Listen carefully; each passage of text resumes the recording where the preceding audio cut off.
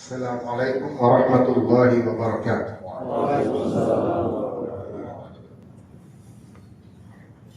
Innal hamdalillah nahmaduhu wa nasta'inuhu wa nastaghfiruh wa na'udzu billahi min shururi anfusina wa min sayyiati a'malina.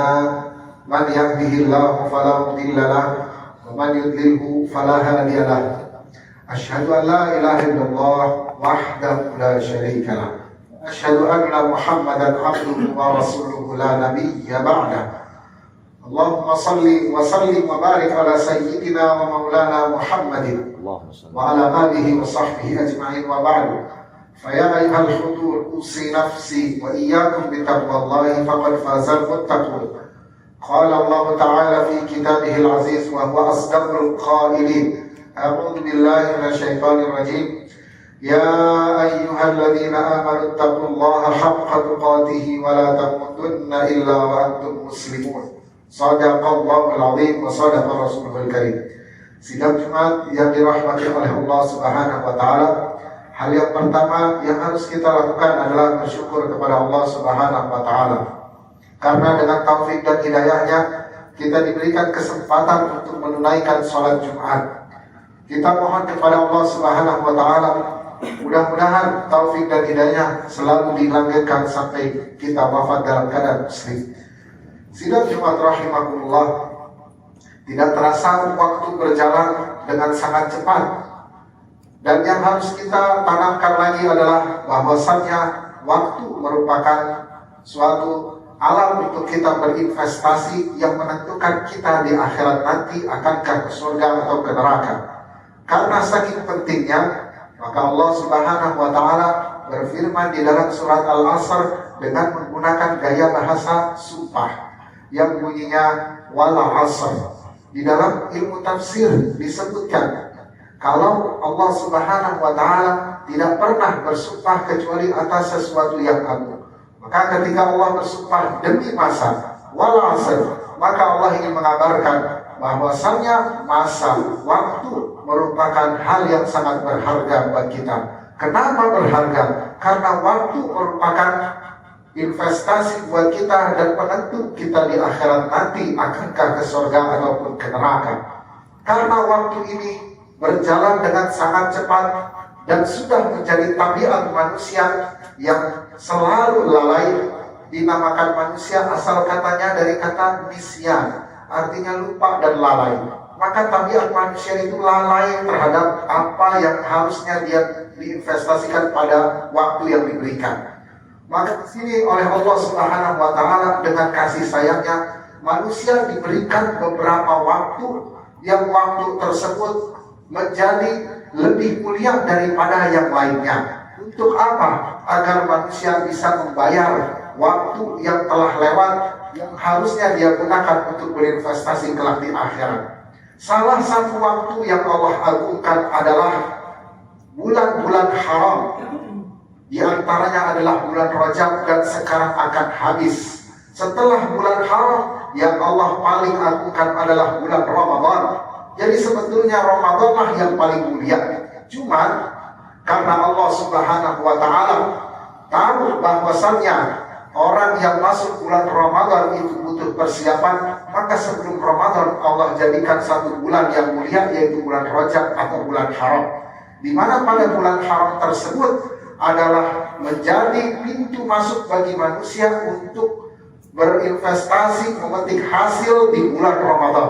Jadi sidang Jumat rahimahullah, kalau diibaratkan bulan Rajab ini kita menanam, kemudian di bulan Sya'ban kita menyiram, dan di bulan Ramadan kita memetik. Jadi bulan Ramadan adalah waktu yang agung, yang Allah lipat gandakan pahalanya menjadi tebusan bagi kita, bayaran bagi kita daripada waktu-waktu yang telah lewat. Maka sudah hendaknya kita untuk memaksimalkan bulan Ramadan. Tetapi lagi-lagi untuk memaksimalkannya sesuai hukum alam, kita ini ibaratnya mau masuk bulan Ramadan digembleng di Ramadan. Kemudian hasilnya setelah Ramadan sudah menjadi hukum alam. Orang yang mau masuk ujian, orang yang mau berproses, dia butuh persiapan. Siapa yang persiapannya bagus, maka ketika dia berproses, prosesnya pun bagus dan hasilnya pun bagus. Makanya di sini Allah Subhanahu wa taala berfirman di dalam surat Nuh yang bunyinya a'udzubillahi minasyaitonir rajim. Faqultu astaghfiru rabbakum innahu kana ghaffara. Beristighfarlah kalian kepada Allah Tuhan kalian. Yursilis samaa'a 'alaikum midrara. Niscaya Allah akan melimpahkan kepada kalian rezeki dari langit. Jadi kalau kita renungkan, sebelum kita mendapatkan limpahan rezeki yang berkah dan membawa kebaikan, Allah Subhanahu wa taala perintahin kita istighfar dulu. Kenapa? Karena kita ini mempunyai jiwa yang kotor. Jiwa yang kotor tidak layak menerima anugerah dari Allah Subhanahu wa taala. Maka kita hendaknya mensucikan dulu jiwa kita, baru nanti rahmat Allah, cahaya Allah akan datang. Begitu juga kasusnya pada bulan Ramadan, di mana rahmat Allah dengan bergelimpangan, berlimpah akan diturunkan kepada manusia. Cuman yang jadi pertanyaan, jiwa kita siap atau tidak?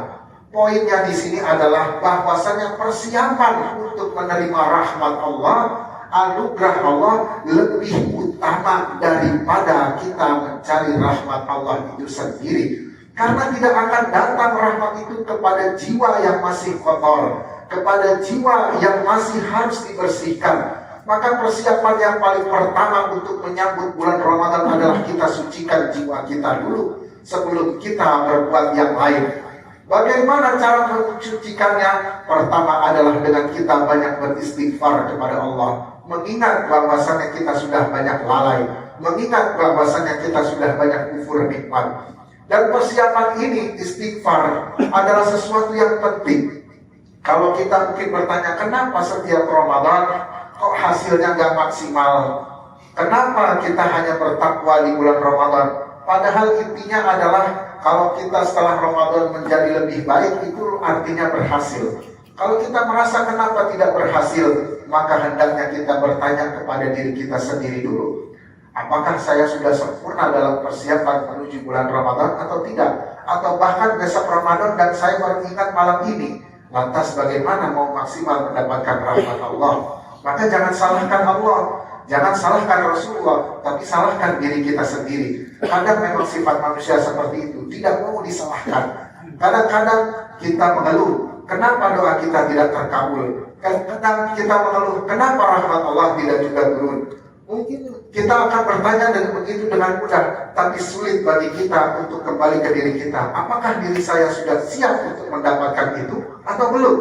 Inilah yang sulit oleh manusia ditanyakan kepada dirinya sendiri. Merasa dirinya sudah bisa, merasa dirinya sudah hebat, merasa dirinya sudah segalanya. Kemudian lantas menyalahkan Allah, menyalahkan Islam, menyalahkan Rasulullah, seakan-akan Allah tidak pernah menepati janji. Padahal Allah Subhanahu wa taala selalu menepati janji selama orang tersebut memenuhi syaratnya. Apa syaratnya? Dia harus mampu, dia harus pantas dulu menerima rahmat Allah. Pantas atau tidak? Bagaimana dia mau dilimpahkan rahmat yang begitu hebat sementara belum ada istighfar, sementara belum ada suci jiwanya? Kalau diibaratkan air sungai yang kotor, ketika cahaya matahari menyinari, maka cahaya itu tidak akan tembus masuk, dan kalaupun masuk tidak akan terlihat. Ketika airnya disaring menjadi bersih, maka cahaya itu terlihat tembus ke dalam diri. Itulah yang diibaratkan bagaimana Allah melimpahkan rahmat. Maka sidang Jumat rahimakumullah, langkah pertama dalam kita menyiapkan bulan Ramadan adalah kita banyak-banyak beristighfar, banyak bermuhasabah diri terhadap apa? Terhadap dosa kita terhadap Allah Subhanahu wa taala, terhadap kita sudah kufur nikmat, terhadap kita sudah melalaikan waktu yang menjadi nikmat terbesar. Yang kedua adalah Allah Subhanahu wa taala tidak akan menerima amal seseorang kalau masih ada hak pada orang lain. Disebutkan bahwasanya nanti nisfu Sya'ban orang-orang semua akan diampuni kecuali yang memutuskan tali silaturahmi. Tali silaturahmi adalah jalinan persaudaraan sesama saudara kita, paman, ibu, ayah, anak, cucu, itu adalah silaturahmi. Kalau kita pernah putus, maka janganlah kita malu untuk segera minta maaf terlebih dahulu. Karena untuk memaksimalkan pada bulan Ramadan, jangan sampai kita masuk ke dalam bulan Ramadan tapi kita masih ada dendam dengan saudara kita. Kita masih ada mutus hubungan silaturahmi dengan paman kita, ayah ibu kita, anak kita. Maka ini adalah hal yang penting untuk kita lakukan. Yang ketiga adalah jangan lupa kita untuk selalu bersalawat kepada Nabi Muhammad SAW. Kenapa? Karena semua yang kita rasakan berupa rahmat, nikmat Islam tidak akan kita rasakan tanpa wasilah Nabi Muhammad SAW. Maka sudah seyogianya kita bersalawat bukan hanya pada hari Jumat, namun dalam setiap hembusan nafas kita. Terus kita bersalawat, maka di situ rahmat Allah akan turun. Bagaimana tidak? Dulu Abu Jahal, Abu Lahab yang hidup di zaman Nabi memusuhi Nabi Muhammad. Kenapa tidak diazab? Karena di sana ada Rasulullah. Allah sampai berfirman, "Wa ma kana Allahu mu'adzibahum wa anta fihim."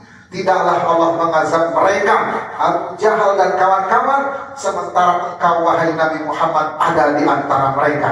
Jadi orang kafir saja azabnya ditunda karena ada Nabi Muhammad SAW. Maka kita seorang muslim yang selalu hidupnya bersama Nabi Muhammad SAW dengan bersalawat, insya Allah segala mara bahaya bencana akan disingkirkan oleh Allah Subhanahu wa Ta'ala. Aqulu qawli hadza wa astaghfirullah li wa lakum wa lillahi ta'ala wa antum muqinuna bil ijabah.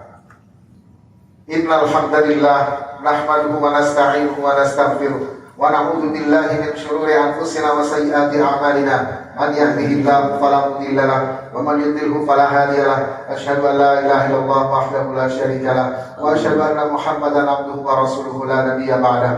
Allahumma shalli wa sallim wa barik ala sayyidina wa maulana Muhammadin wa ala alihi wa sahbihi ajma'in wa ba'du. Fa ya ayyuhal hudur, usi nafsi wa iyyakum bi taqwallah faqad fazal muttaqun. Qala Allah Ta'ala fi kitabihil aziz, a'udzu billahi minasyaitonir rajim. Wal 'asr innal insana lafi khusrin illa alladziina aamanu wa 'amilus solihati wa tawassaw bil haqqi wa tawassaw bis sabr. Shadaqallahul 'azim. Allahumma ighfir lil muslimina wal muslimat wal mu'minina wal mu'minat al ahya'i minhum wal amwat innaka samii'un qariibun mujibud da'wati ya rabbal alamin. Allahumma ihfaz biladana, Allahumma ihfaz Indonesia min kulli syarrin wa su'in wa makruhin ya rabbal alamin. Allahumma ansuril Islam wal muslimin wa adhil syirka wal musyrikin wal kafarata wal munafiqin. Allahumma sabbir ahlana fi Turkiya wa fi Suriya wa fi kulli makanin ya rabbal alamin. Allahumma arhamhum wa afihim wa afu anhum ya rabbal alamin. Allahumma ansuril muslimina fi Palestin wa ansuril muslimina fi kulli makanin ya rabbal alamin. Ibadallah, inna Allah ya'muru bil 'adli wal ihsan وإيتاء ذي القربى وينهى عن الفحشاء والمنكر والبغي يعظكم لعلكم تذكرون ولذكر الله أكبر. أقيموا الصلاة.